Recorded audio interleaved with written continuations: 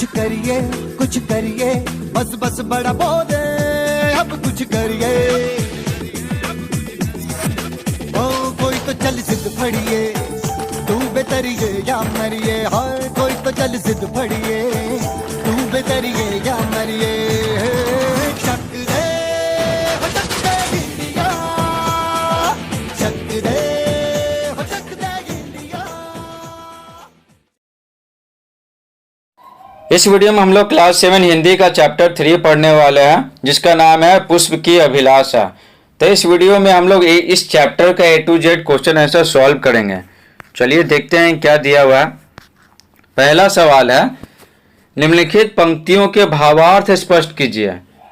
तो क्या लिखा हुआ, चाह नहीं सम्राटों के सौ पर, हे हरि डाला जाऊं, चाह नहीं देवों के सिर पे, चढ़ूं भाग्य पर इठलाऊं। तो चलिए आपको बताते हैं PDF से, जो आपके लिए स्पेशल तैयार किए हैं। तो देखिए उत्तर लिखेंगे, हे प्रभु मेरी ऐसी कोई इच्छा नहीं है कि मुझे किसी राजा के सौ पर चढ़ाया जाए, और यह भी चाह नहीं है कि मैं भगवान के शीश पर चढ़ाया जाऊं, ठीक है ना, इन्हें माला के रूप में या फिर उनके पैरों में, और भाग्यशाली मानकर गर्व करूं। तो ऐसा वो नहीं चाहते हैं। 2 देखिए, प्रस्तुत पाठ में मैं शब्द का प्रयोग किसके लिए किया गया। मैं शब्द का प्रयोग किसके लिए किया गया। उत्तर लिखेंगे, प्रस्तुत पाठ में मैं शब्द का प्रयोग पुष्प के लिए किया गया। पुष्प यानी क्या, फूल के लिए किया गया, ठीक है, फूल। आगे है 3, हे बनवाली मुझे तोड़कर उस रास्ते पर फेंक देना जिस रास्ते से होकर अपनी मातृभूमि पर शीश चढ़ाने वाले वीर जाते हैं।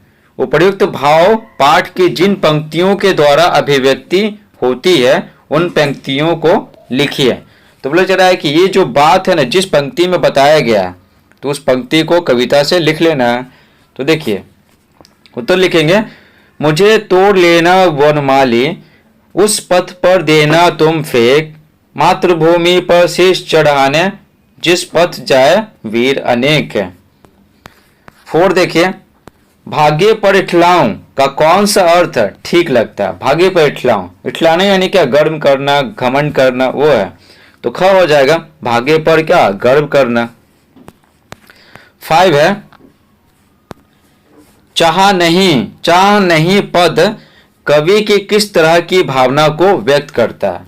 ठीक है, चाह नहीं जो पद है, जो शब्द है, तो कवि की किस तरह की भावना को व्यक्त करता है। तो उत्तर लिखेंगे, चाह नहीं पद कवि की वैसा फूल नहीं बनने की भावना को व्यक्त कर रहा है जिसे किसी सुंदर स्त्री के गहनों में गूंथा जाए, किसी राजा के सौ पर और भगवान पर चढ़ाया जाए। तो उस तरह का फूल बनना चाहते हैं ना, ठीक है, जिस पद से है ना, जो वीर अनेक जो सैनिक है, सिपाही हैं, वो जाएंगे तो उनके पैरों को ना दर्द कम करने के लिए, कोमलता महसूस हो, तो उस पे वो बिछ जाना चाहते हैं, ठीक है ना, उस सड़क पे। अब आगे देखिए, पाठ से आगे पहला है, बड़े बड़े सम्मान पाने की बजाय पुष्प उस पथ पर फेंका जाना क्यों पसंद करता है जिस पर मातृभूमि के लिए अपना सर्वस्व यानी क्या, संपूर्ण सब चीज, अपना सर्वस्व अर्पण करने वाले वीर जाते हैं। अपना विचार व्यक्त कीजिए।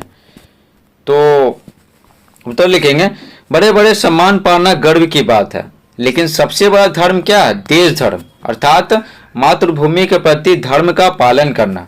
चाहे आप कितनों भी कमा ले, चाहे कितनों अमीर बन जाए, समझ गए, अगर देश पे कोई अटैक कर दिया तो आप भी नहीं बचेंगे, आपका सारा पैसा सब कुछ लूट लिया जाएगा, तो कैसा लगेगा। इसलिए बोला जा रहा है कि सबसे बड़ा धर्म क्या होता है, देश धर्म होता है। देश ठीक रहेगा तभी हम सब ठीक रहेंगे। अतः पुष्प की चाह है कि यदि वह अपनी मातृभूमि के रक्षक वीरों के पैर को कुछ राहत पहुंचा सके तो उनका जीवन सार्थक हो जाएगा। ठीक है ना, फूल बस यही चाहते हैं ना कि इनके पैरों को कुछ राहत मिले, ठीक है ना, कोमलता महसूस होगा तो ठीक है। 2 देखिए, पुष्प की भांति आपकी भी कोई अभिलाषा होगी। अभिलाषा यानी इच्छा, उन्हें 10 वाक्यों में लिखिए। ठीक है, 10 वाक्यों में। तो 10 वाक्य कुछ ज़्यादा बड़ा हो जाएगा, तो आप 10 वाक्य अपने मन से भी लिख सकते हैं। ठीक, उत्तर लिखेंगे, पुष्प के भांति मेरी भी अभिलाषा है कि मैं भी देश का सिपाही बनकर देश की रक्षा में योगदान दूं, देश का सिपाही बनूं, मैं अपने देश के गौरव को बढ़ाऊं, भारत माता को कलंकित करने वालों के सिर को कुचल डालूं, यानी दुश्मनों का जो सिर है आतंकवादियों का कुचल डालूं। जब भी देश के लिए शहीद होने का समय आए तो एक बार भी ना सोचूं। तो देश के अगर हम काम आते हैं ना तो सबसे बड़ा चीज वही होता है, सबसे बड़ी उपलब्धि वही होती है कि हम देश के कोई काम आ सकते हैं। अब आते हैं व्याकरण। पहला सवाल है, भाग्य शब्द के पहले 100 उपसर्ग लगाकर सौभाग्य शब्द बना। ठीक है, उपसर्ग कहते हैं जो पहले लगे, जो किसी शब्द के मूल शब्द के पहले लगकर उसके अर्थ में परिवर्तन ला दे, समझे। तो यहाँ पर भाग्य के आगे क्या 100 लगा हुआ था, 100 यहाँ पर क्या उपसर्ग है। इसी प्रकार नी, दुह, अन्न उपसर्ग लगाकर प्रत्येक से 2-2 शब्द बनाइए। तो देखिए उत्तर लिखेंगे, नी से क्या होता है, नी से लिखेंगे निहत्था, नी से निशान, दुह से लिखेंगे दुष्कर्म, दु से दुश्मन, अन्न से लिखेंगे अनावश्यक और अन्न से अनुत्तीर्ण।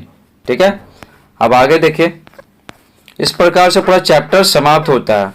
ठीक है, थैंक्स फॉर वॉचिंग। अगर आपको वीडियो पसंद आया तो वीडियो को लाइक कीजिए, ऐसे हमें मोटिवेशन मिलता है और वीडियोस बनाने के लिए। Thanks for watching.